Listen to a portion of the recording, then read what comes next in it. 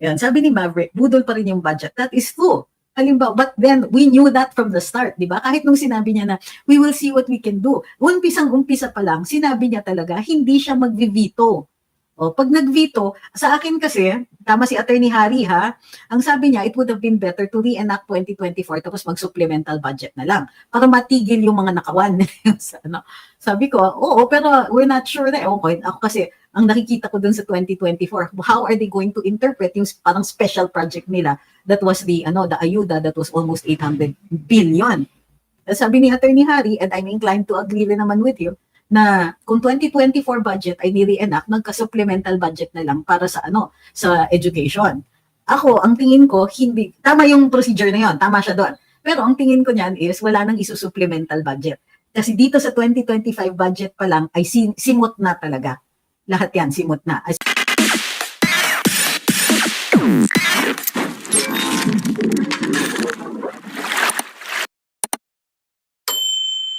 Ang topic natin for today is rather interesting. Pinirmahan daw ng ating Pangulo ang budget for 2025 at nagbawas daw ng 190 plus billion from the original budget. Bago po nagkapirmahan, maraming kwento ang lumabas, including yung so-called tampalan na nangyari. Whether that's true or not, we're not sure. Pero ang maliwanag is it also revealed some serious differences now between the Palace and Congress. Well, at least the House of Representatives. In fact, yung stories na yun persist to this day. And mukhang may komentaryo pa nga tungkol kay Sandro Marcos, who now no longer, how do you call this, looks at his uncle in the same way. Diba? Hindi na siya hyper super believe sa kay Tito. So, but it's still very much a family matter. The second topic, of course, is about this document na umiikot, and we're not saying that the document is true. However, the document does indicate a certain consistency with stories that circulated at the time in 2022, at the time when Mr. Tulfo was facing the Commission on Appointments. Sabi ni Zuko and Boba, baka drama lang yan. Nobody's saying that this is gospel truth. No, nobody's saying that. Like we keep saying, may umiikot na kwento. We're not vouching for the truth or the veracity of that statement of the chismax nga eh. So, posibleng drama, posibleng nagpo-project sila na ay kunwari makatao ang Malacanang. Either way, di ba? Ang importanteng chika is that maybe hindi sila nagkakasundo. Maybe. Pero tingin ko there's truth to that. But yung mga detalye like tampalan, hindi ako sure about that. Or kung sino yung mga nasa meeting actually sa Malacanang and so on. Not for the signing, kasi pag signing talaga kasama ang mga kongresista, usually yung head ng appropriations for both the House and the Senate, nandun yon. So standard yan. Pero nung pinag-uusapan, hindi rin ako naniniwala dun sa mga chika na at least not completely. Pero consistent. So, consistent yung mga naririnig natin. Tama, sabi ni Leonard Dux, I have a PSG relative. Apparently, the powers that be are really nervous for any coup on EDSA. They're nervous, yes. They're also, not just because of that, no possibility of that. The precursor of that is yung galit ng taong bayan. So, nakikita nila and they truly understand the depth of the rage against them. Particularly yung rage with regard to taxpayers' money. Sabi ni hindi natin babasahin kasi syunga eh. Okay. Next. Sabi ni Romel Jeffrey De Vera, wishing for a better Happy New Year, wishing for a better Philippines. Yep. Likewise, sir. Sabi ni I'm Bernadette, ang sakit ng dibdib ko sa 2025 budget. Gusto kong magmura. Andun pa rin ang akap, wala namang binago si Marcos, wala na, paalisin na lang talaga siya. Ang solusyon para naman mapanatag ang Pilipino. Actually, I'm not above asking him to resign for the sake na rin of whatever goodwill he still has. Diba? Hindi ako naniniwala kasi that he's being a good president or that he has ever been. Kasi, bakit niya pinalala ng ganito? Parang pinalalabas nila, di sige, hindi magkasundo Malacanang at saka Kongreso, pinalalabas nila na ang Malacanang ay nakikinig sa taong bayan. Excuse me, ngayon lang yan. Assuming na totoo, nakikinig lang kayo dahil ninenervyos kayo na kung anong gagawin ng military. But the truth is, pinamihasa ng Malacanang ang Kongreso. The 2024 budget alone is a travesty. Itong 2025 sa totoo lang medyo medyo tame yan compared to the 2024 budget with almost 800 billion in ayuda. Tapos sinimot yung mga yung mga kita ng mga GOCCs. And not just GOCCs, it's the first time they plundered, and I'm sorry for the word, they plundered unprogrammed funds. Ang unprogrammed funds nga, bihirang galawin yan. Hindi yan nilalagay sa budget kasi you cannot spend something that you have not yet collected. O mamaya may magtatanong na naman dyan, hindi ba sila pwedeng kasuhan? Ang kaso na gagawin mo is for grave abuse of discretion. But by the time you're done, if you don't get a TRO, di ba?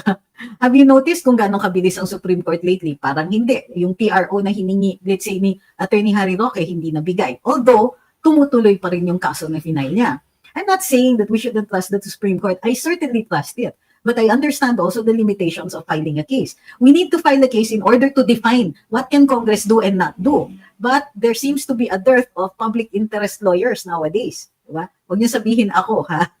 Because ang mga dati talagang nagfa-file ng mga public interest cases was Attorney Harry Roque, who now has been sidelined. Kadalasan siya kasi sabi nga niya sa akin, something like 70 to 80% of his practice is usually public interest law. Sino pa yung ibang mga lawyers? Dati, sa mga dilaw, yung mga yung mga free legal aid societies, yung mga ganyan. They used to file cases on behalf, for the people para to define these cases. But lately, they have been their politics has become very, very clear. So, saan tayo pupunta? Maybe sometime some lawyers will be able to take this on. Pero given yung hirap ng sitwasyon ngayon, yung hirap ng ekonomiya, kahit abogado nahihirapan, taking on pro bono cases as required by the Supreme Court means that there is less time for public interest. At least that's how I'm seeing things happen now. Hi kay Eileen. Chester Kayanan says, we love you and support you. Sana si Maricel Soriana na lang sumampa. Kay D, para matauhan silang lahat. Di po ba well known kung gano'ng kalakas ang sampal ni Maria? Hindi. Well known ba? Hindi ko alam. Ang alam ko lang yung mga nakikita ko sa sine. May kwento ba yon? Sabi ni Inday Maylene, never trust this admin. Ako pa talaga sasabihan niya ng ganyan eh. Ako isa nga ako dun sa natuto niyan eh. Yan. Sabi ni Maverick, budol pa rin yung budget. That is true. Halimbawa, but then we knew that from the start, di ba? Kahit nung sinabi niya na, we will see what we can do. Umpisang-umpisa pa lang, sinabi niya talaga, hindi siya mag-veto. O, pag nag-veto, sa akin kasi, tama si Attorney Harry ha, ang sabi niya, it would have been better to reenact 2024 tapos mag-supplemental budget na lang para matigil yung mga nakawan. Sabi ko, oo, pero we're not sure na. Okay, ako kasi, ang nakikita ko dun sa 2024, how are they going to interpret yung parang special project nila that was the ayuda that was almost 800 billion. Sabi ni Attorney Harry, and I'm inclined to agree rin naman with you, na kung 2024 budget ay nire-enact, nagka-supplemental budget na lang para sa sa education. Ako, ang tingin ko, hindi, tama yung procedure na yun, tama siya doon. Pero ang tingin ko niyan is, wala nang isu-supplemental budget. Kasi dito sa 2025 budget pa lang, ay simot na talaga. Lahat yan, simot na. As in, matatapos kasi yung 19th Congress ng April, di ba? Kawawa yung papasok na kongreso kung sakasakali, anong gagamitin nila, what coffers. Tapos, kung papansinin ninyo yung notes ng presidente, merong mga halimbawa, tinuloy yung ilang infrastructure projects para sa Department of Education, pero DepEd ang mag-i-execute.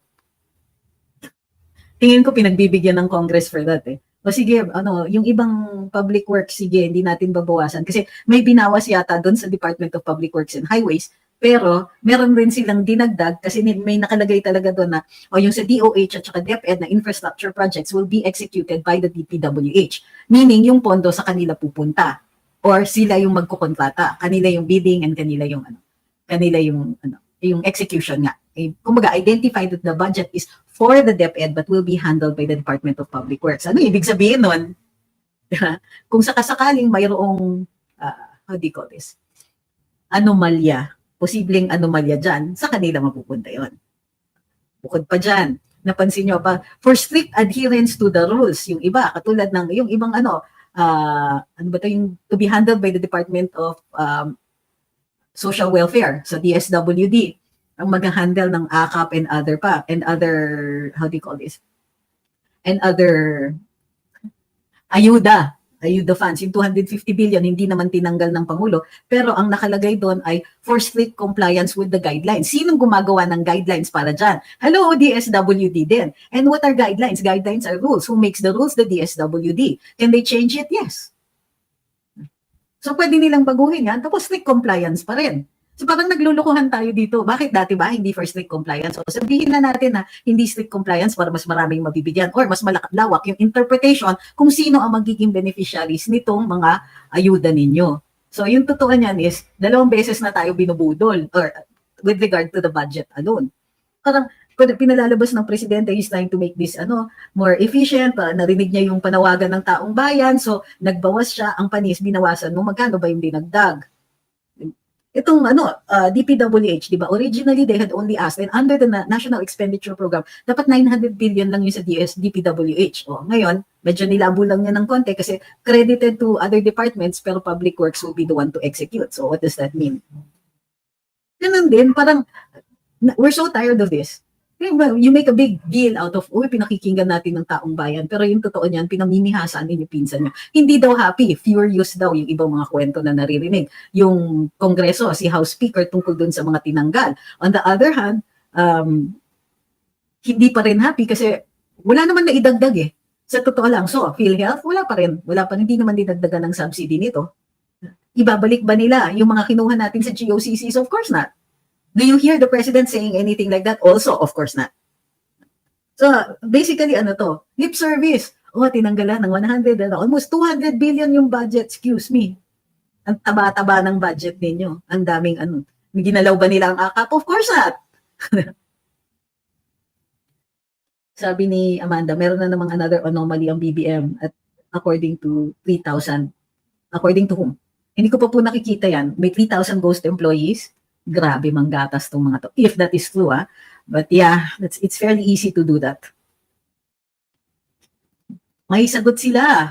Sa kakulangan ng pondo ng gobyerno, magbebenta na sila ng government property. Oh yeah, kasi di ba, nagpa-inventaryo si Pangulo doon sa mga real property that is owned by government, by the government, not just national government but also LGUs. Although yung sa LGUs, nire-reserva pa yan para sa mga LGU. Ang point dyan is, naghahanda sila, tama si Maverick, naghahanda sila to start selling yung ating mga real property according to that's in accordance already with the directives of the president.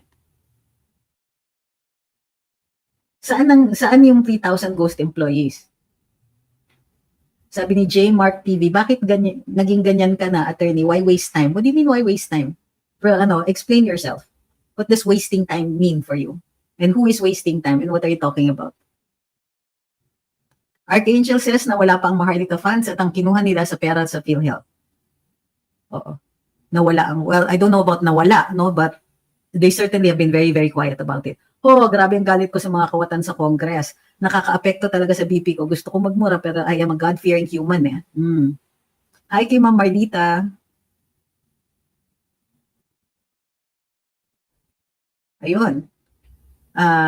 May balak si Attorney Topacio after New Year, o nga pala, Attorney Topacio also does public interest law. Dudulog siya sa korte patungkol sa panibagong hearing sa Congress. Ma'am, ano pong gagamitin yung anti-terrorism law paano po gagamitin? Ay, kailangan imbestigahan sila. Sila po ang nag-kolekta ng ebidensya para maka-file sa Court of Appeals ng proscription. Para para proscribe na sila. Pagka-proscribe, para yung parang sentensya yun criminal na yun criminal case na yun. You'll still go through trial in the regional trial court. But once you are declared, the hearings in the RTC will be to determine your individual liability. Sabi ni Shinichi, do you think it is possible na na-invest na nila ang Maharlika tapos kinuha lang nila ang kita? It's possible, but you'd have to account for it. And moving that much money would leave a paper trail. It's not going to be that easy. Pero, yeah, if you're asking if it is possible, yes, it is possible.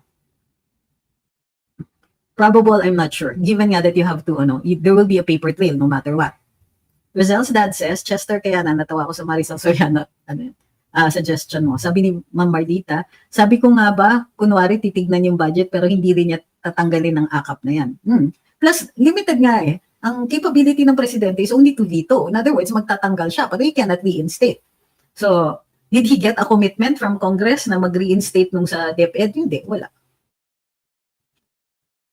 Sabi ni Casey, ano po dapat gawin para matigilan ng pagtaas ng contribution ng SSS by 2025? File po kayo ng kaso, hingi kayo ng temporary restraining order, pero ang prayer nyo rin is for preliminary injunction. Kailangan patunayan ninyo that you have a clear right against the increase. Ibig sabihin, what does it mean when you say there's a clear right? Nakasaad sa batas, so there's no interpretation necessary, or nakasaad sa isang desisyon ng Korte Suprema. Sabi ni Marlon, good day, have a wonderful and full of abundance in the years to come. The way this government is handling the people's resources is alarming. I am hoping that in 2025 to 28, the people vote wisely. Yep. Sabi ni Bona June, may pa-vito-vito pa budol na budol din ang kinalabasan. Malacanang at Congress, parang dugo-dugo ka. Totoo yan. O so nasa na yung nagsasabing bakit ka naging ganyan? Why waste time? So walang sagot si why waste time? Nasa na?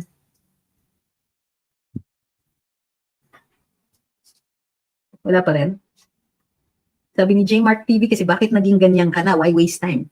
Pero hindi naman niya kinaklarify kung ano yun. So the only conclusion I can make at this point is he was attempting to troll pero it fell flat. Okay, Casey says, attorney, ano po dapat gawin para nabasa pa nila yan. Casey says, di po ba pwede pigilan ng Senado? No po. That's the executive side.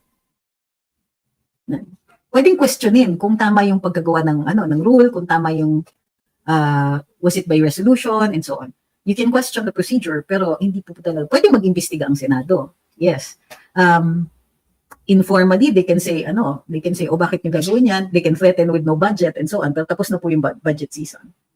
Sabi ni Eric, anong paraan para ma-strike down ng GAA 2025? File tayo ng kaso sa Supreme Court, ask for an injunction or a TRO and then explain to the court why it is illegal. Kaya naman yan, pwede naman pong ikaso yan. So siguro si Attorney Topacio might be doing that. Vincent Season says, sabi po ni DBMSEC, yung AKAP will be conditional ang implementation. It means pag ginamit ng congressista or senators in aid of legislation, means may go signal from Malacanang. Wow.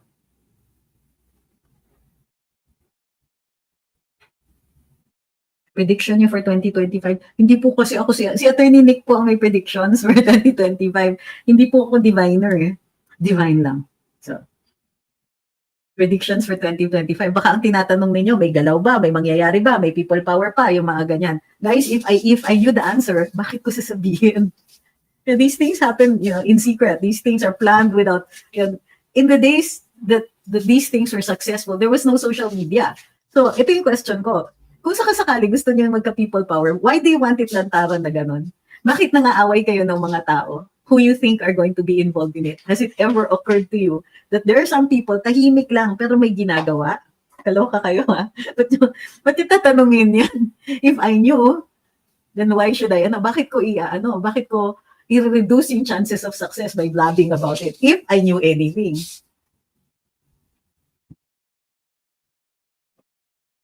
Sabi ni Blunt and Tactless, why is there some aversion to calling it right out pag nanakaw? Oh, why are you not calling it pagnanakaw? Ako, I don't want to because I rarely use that term, but I do use that term sometimes. Sabi ni Ed De Leon Toledo, tila ang nag-review kuno ng national budget ay kasama rin ng ilang congressman at ilang department heads tulad ng DPWH. Kaya ganun pa rin ang suma total, budol pa more. Ang tingin ko nga, tinago lang nila yung iba eh. You're welcome, Eric. Hi, kay Benchmark Nabs. Uy, maaga ka ngayon. Divine lang. Divine naman with an I. Parang divine, parang tinanggalan mo ng ugat. Divine pala yun. Daryl says, hehe, kala ko nagpapa-inventory ng assets para malaman nila anong pwedeng ipangalan sa mga mark sa Tomates. Oh, pwede rin. Posible rin, Daryl. Sabi ni Nahom, Ezra, Animal Salvation, all church pictures in hell. A lady have a app movie steal. Messi won by me by Ice Play. Okay, I don't really. Okay. Right. Wala tayong filter eh. Pasensya ka na. Sabi ni GL, Marisa, mag-usap kayo. Di hanisipin. Baka mabawi na. Ay. Okay. Mas madalas pa yatang nag-uusap kayo eh. Okay lang naman. So, sabi ni Gabriel Michael, hindi na nga binalik yung pondo ng PhilHealth pero dinagdagan pa ng 5.4 billion ang pondo ng UP. Diba? How much of that is confidential and how much is travel? Kasi nangako siya 2024, di masyado mag-travel, pero wala siyang ganung klaseng pangako for 2025. Alam mo, Mar, sabi niya, please discuss the alleged US renewal of Erwin Tulfo. Ma'am, ngayon po namin i-discuss yan. That's the second topic. Ay, ma'am ba o sir? Sabi ni Mark, is AKAP a duplication of dole-out activity when we already have eggs, same in nature pag disburse? Yes po. Kumbaga, same dog, different color. Sabi ni Jenny Payales, sa tono ni ES Bersamin kanina, parang naghahanda na sila sa mga sangkatutak na kaso na haharapin about sa budget. Let's keep talking before ipagbawal to ng gobyerno. Good point.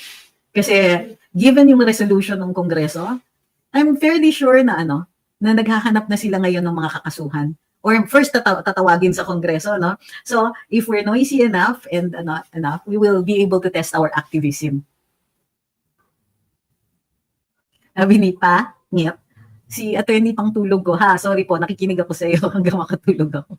That's fine by me. Okay lang naman over naman, ba't ka naman magsusorry? Okay naman yun. Sabi ni Manuel, next time Manuel, wag po mag-all caps ha, mababasa ko naman yan eh. Bakit po dalawa lang na senador andun sa pirmahan? It depends, kasi usually naman iniimbita lahat. The priority is the Committee on Appropriations. It depends on kung sino yung gustong pumunta. So in all likelihood, yung ibang mga senador na hindi pumunta, hindi nila feel. Yun lang po, hindi nila feel kasi hindi nila suporta itong version ng 2025 budget. The real chin of Franche. Eggs are somehow well managed ng social workers. AKAP ministerial na lang na trabaho. I disagree.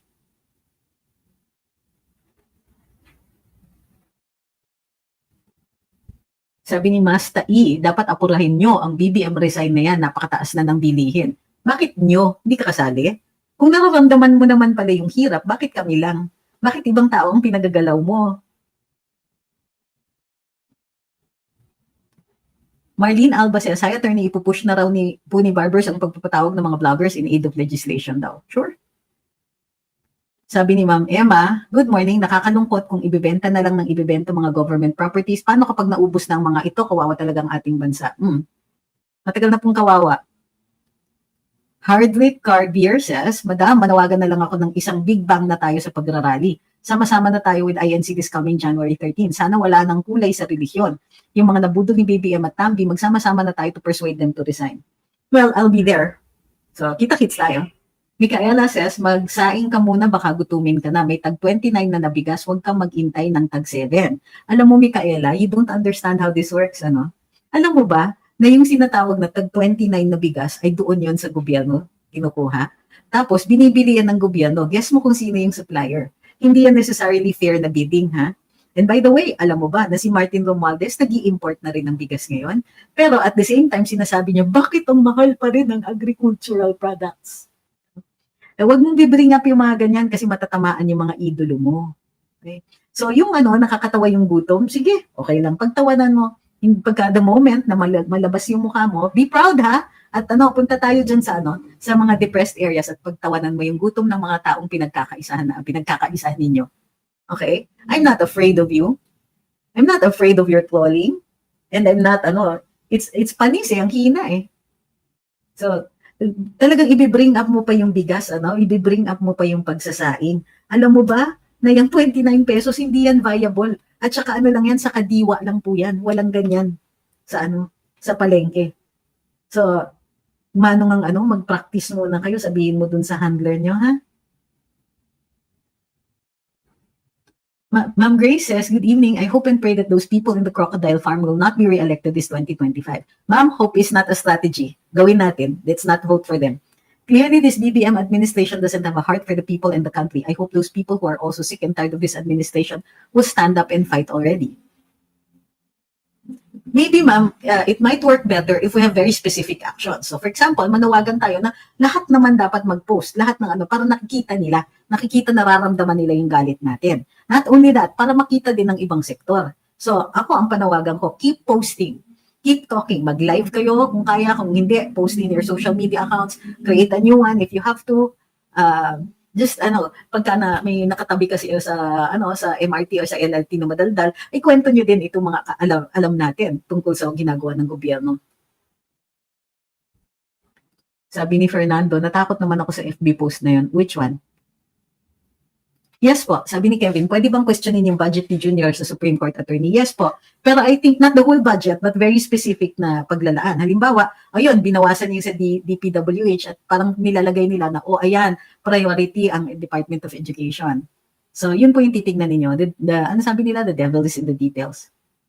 What's in Anong Bisaya says, DevGov bang solusyon para matigil ang nakawan sa gobyerno ni BBM? Hindi ko pwedeng sagutin yan affirmatively, sir, kasi baka ma-inciting to rebellion tayo. Norma Dizon says, Happy New Year, lalo kitang hinahangaan kasi pinatutunayan mo sa lahat na ikaw ay nabitin po, ma'am. Sabi ni Jenny, cute na pagkasabi niya. How to believe this drama after bomb signed the trillion national budget for 2025. Wai. Sabi ni Rolf Fats Mix Whitey, big yes to DDS, big no to Barney and friends. May ganyan pa ba?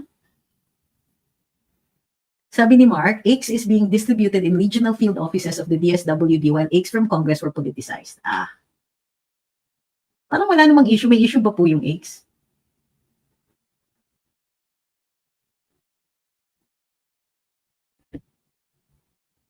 Sabi ni Kay, feel ko talaga naka-live ka today kaya nag-check ako sa YT while preparing brunch for my family. Buti na lang kumain na ako, hindi ako basta nagugutom sa mga brunch na nakwento na ganyan. I'm very suggestible pagdating sa pagkain. JJG, continue pa rin ang promise ng pagbaba ng presyo ng bigas. Nakakasuka! Di ba? Totoo yan. Pangako ng pangako. Very promising naman sila. Eric Wayne says, excited ako sa sinabi ni Captain Dado na kahit saan si BBM o mga congressman maghahanap sila at sasapakin ng mga Pilipino. Pipila po ako dyan kahit abutin ng isang buwan ang pila. Ay. Ito, sabi ni Fernando Guerrero, I am sure yung congressional committee hearings are another set of diversionary tactics. Questions is diverting us from what kaya. Oo, totoo yan. I'm pretty sure it's too, ibibisi nila yung mga vloggers either worrying about it or pupunta doon at ibibisi nila na araw-arawin nila hearing, punta ka tapos hindi ka naman tatanungin, aksayin nila yung oras mo para hindi ka maka-vlog. Malamang. And either aaksayin ng oras o tatakutin ka ng tatakutin para hindi ka na masyado magpo-post. Excuse me, bibigyan niyo lang kami ng maraming content.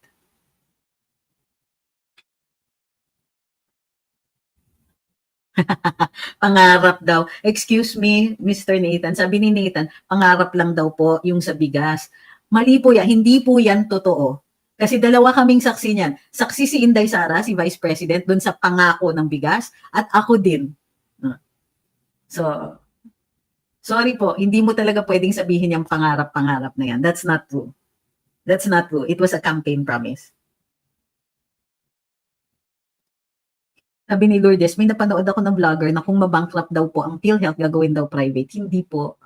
You can't turn something pa, bebenta ang PhilHealth. Hindi po. It's possible na i-repeal yung batas. So, wala nang PhilHealth. But that's also very dangerous for us. Marami sa atin nung nag-contribute na dyan. So, pag sinabi namang gagawing private, anong ibig sabihin nun? Isa-subcontract na lang sa mga private na insurers. Well, I think posible yun, but that will be even worse for us kasi liliit uli yung mga benepisyo.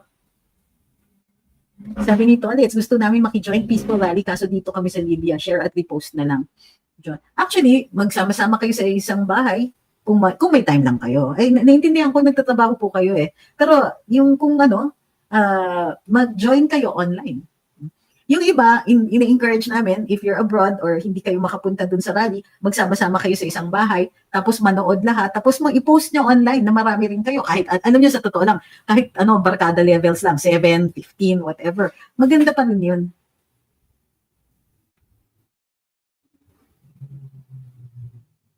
Sabi din ni Mr. Igor at pangarap po, hindi pangako. Hindi nga po totoo yan. Saksi nga kaming dalawa. Hello? Kayo ba nakakasama niyo yung Pangulo? Naging press secretary din po ba kayo? Naging vice president po ba kayo na nakausap si Pangulo tungkol doon? Hindi. Alam niyo, mas malala pa nga pag kung sinabi niyang pangarap. Because when people were saying pangako, he didn't bother to correct it. Kinorek na lang nung nag-fail siya. So sa totoo lang, hindi po maganda yun. Ay, sabi ni Mr. Igor, libre lang mangarap ng tulog. Si isang pagita pala yung nagsabi.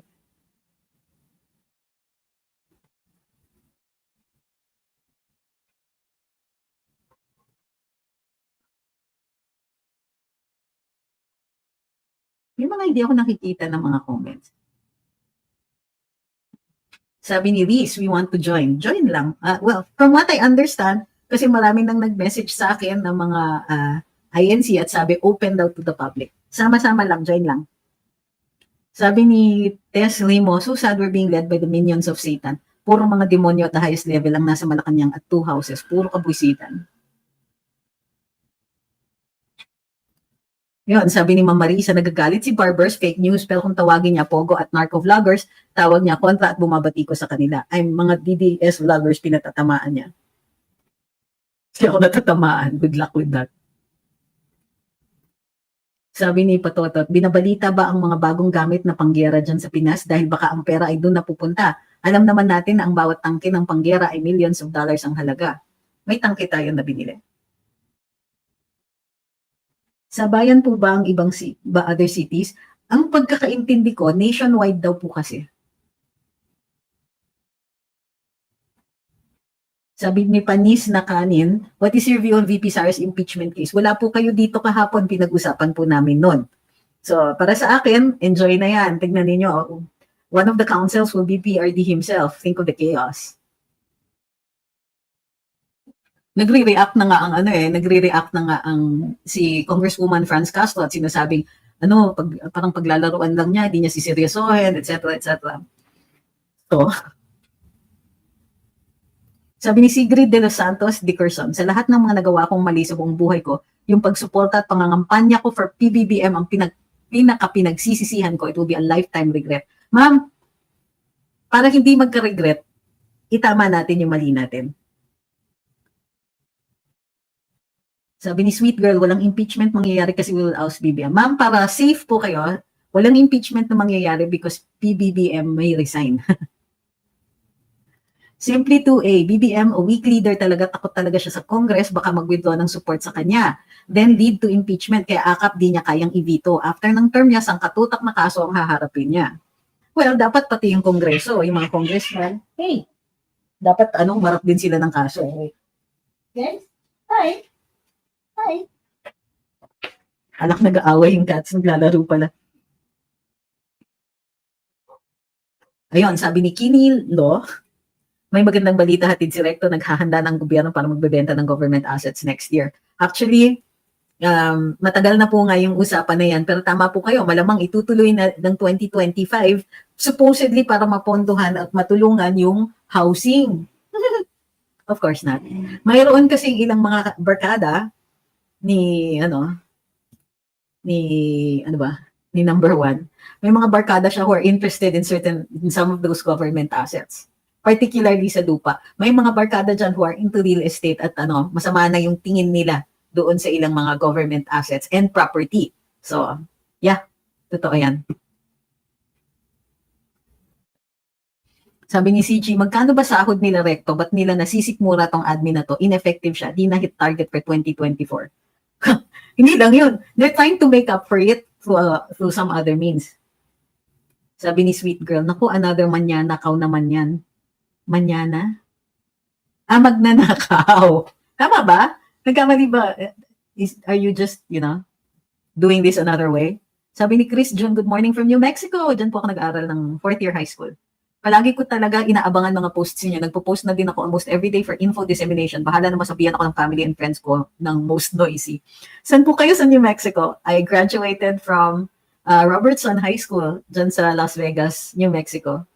But my favorite place to be, aside from Las Vegas, I love that place, was Taos and Albuquerque. Sabi ni Chef Theo, Recto is shameless. Ikinahihiya ko siya bilang Batanggenyo. Manyanakaw. Inulit pa. Mecatoria Gratier says, need ng people ng work, not ayuda, asa. They should be working, tama, on the economy to bring in more jobs. Eh, ang problema nga, yung foreign direct investments are not bringing in new jobs. Kasi it's not the kind of investments that bring new jobs. In other words, sablay pa rin. Sabi ni John, Happy New Year sa lahat. Matatapos din ang lahat ng pang-aapi nila sa atin. Ngayon, Duterte lang ako. Period. Sabi ni Enrique Uy, hello, attorney, a-attend kayo sa hearing ng Congress? Kung iimbitahin po. Sabi ni Jay Mangasar, binawasan ang budget sa DPWH. Attorney, paano na yung build ni PRD? Wala na po yun, matagal na po. Akala ba namin build better more? Yung T-Plex leg Rosario La Union to San Juan La Union, ilang taon na wala pa rin. Ay, alam nyo naman po. Tapos po, attorney, yung hearing ng Congress na yan ay may bonus sila kada contempt sa vloggers. Maybe. Or tinatakot niya lang yung mga vloggers. Ewan ko sa inyo.